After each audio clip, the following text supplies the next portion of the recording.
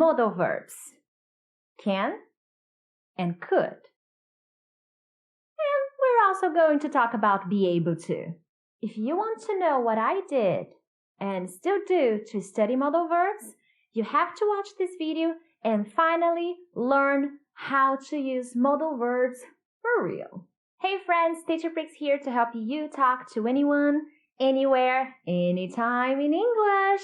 Thank you so much for watching another video of mine, and if you're new around here, make sure to subscribe so that you don't miss any of my weekly videos. Now, if you have problems to learn modal verbs, this is the lesson for you. I already have one lesson about modal verbs here on my channel. This is another one because there are many things we can talk about when it comes to modal verbs. Nice. The first thing you need to know when you start studying modal verbs is when you can use modal verbs and when you cannot use modal verbs. Very basic step that many people don't follow, and consequently they get very confused when they should use it, when they don't use it, and they think they're all the same thing, or they never use one and they use the other. The first thing you need to do is to study when you use and when you don't use these modal verbs. So first, let's focus on the modal verb can. I have a basic beginner's guide lesson about modal verb can, okay? So if you want to watch it after this video, hey, why not? Now, can, modal verb can. The first thing you need to know about it is you only use it in the present. No past, no future, the word can, okay? You will see that there is a different way to use can in the past, but the word can is only used in the present. That's it.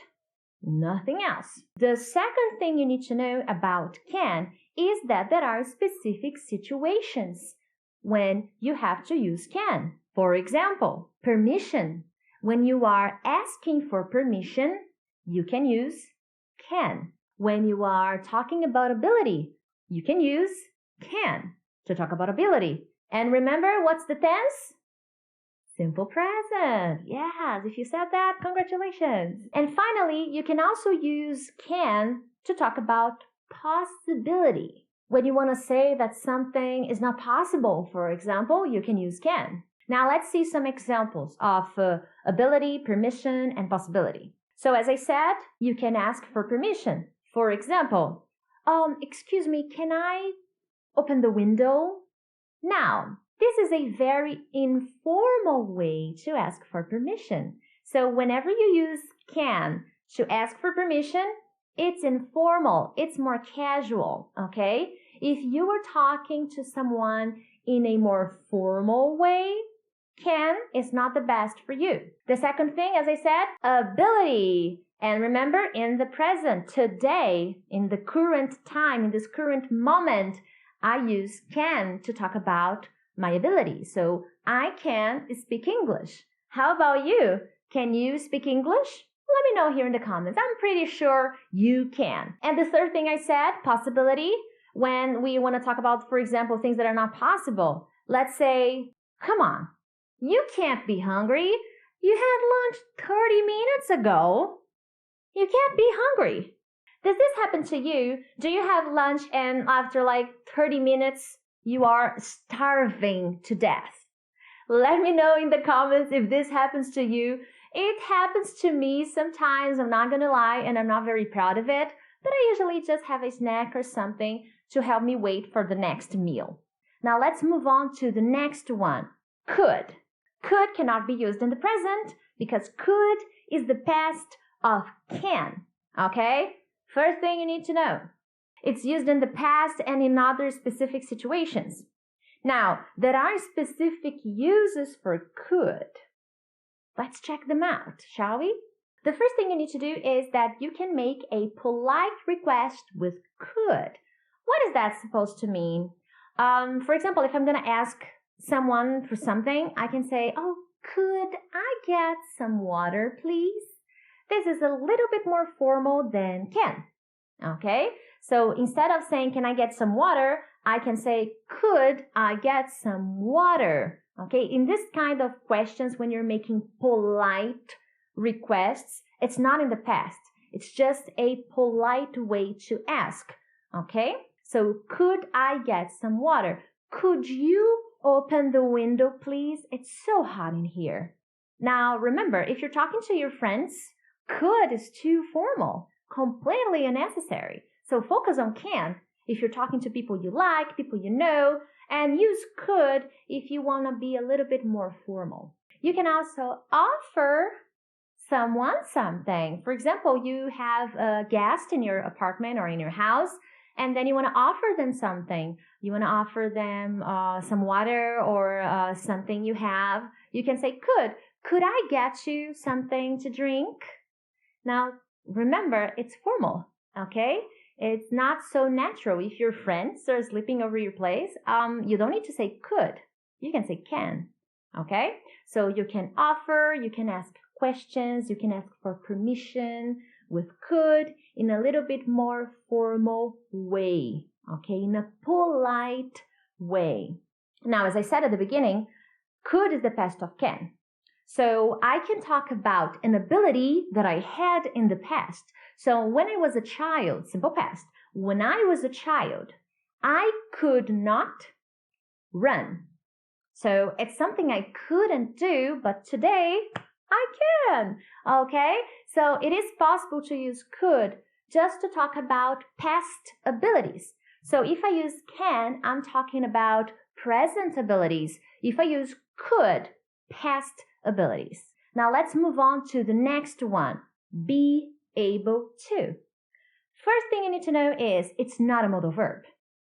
What? Yes, I'm sorry I said modal verbs in the title. Clickbait. Well, not really clickbait because I did talk about modal verbs. But why is it important for me to show you be able to? Because I've had so many students who, whenever they needed to talk about future things, they would use can to talk about the future. And this doesn't work. Remember the first thing I said about can? Only in the present. Could, only in the past or for polite requests, permission in a polite way, in a polite and formal way. But how do I do it if I want to talk about future abilities, future things that I think I will have the ability to do? Be able to. That's why it's so important for me to show you this. That's what many students fail to study, and they try to use can in the future, and that doesn't work. So be able to is a normal verb, okay? It's just like any other verb, sleep, go, work.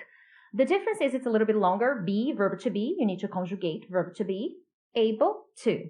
And together, these three-word verb will give you the meaning of future abilities, future possibilities.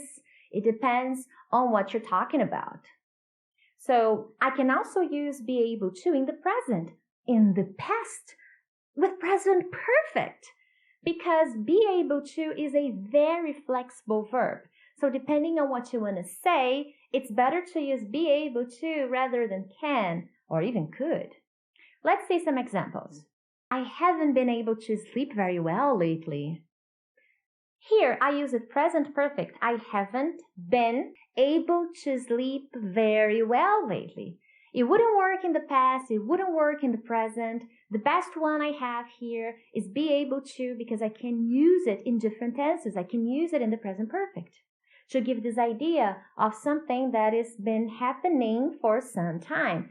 It started in the past, it continues in the present, and there's a good chance it'll continue in the future. Present perfect. Another thing you can do with be able to is to use this verb in the middle of sentences. You cannot do that with can or could. For example, you need to be able to speak 2 languages in order to apply for this job. I cannot do that with can. I can't just throw can in the middle of a phrase as a complement verb to another verb. I can't do that. But I can do that with be able to. Future.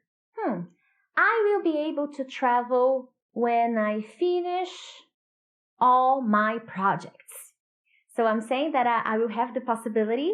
I'll have the possibility to travel. I will be able to travel when I finish all my projects. I also have a post on my blog, so make sure to check it out. I will leave the links down below in the descriptions. And remember, modal verbs can be simple and easy. We don't need to complicate it. All you need to know is when exactly you need to use them and what the best situations for you to use those modal verbs. I hope you enjoyed this video. Make sure to subscribe so that you can watch all my videos and keep up with all the lessons I post here. Thank you so much, friends, and I'll see you next time. Bye!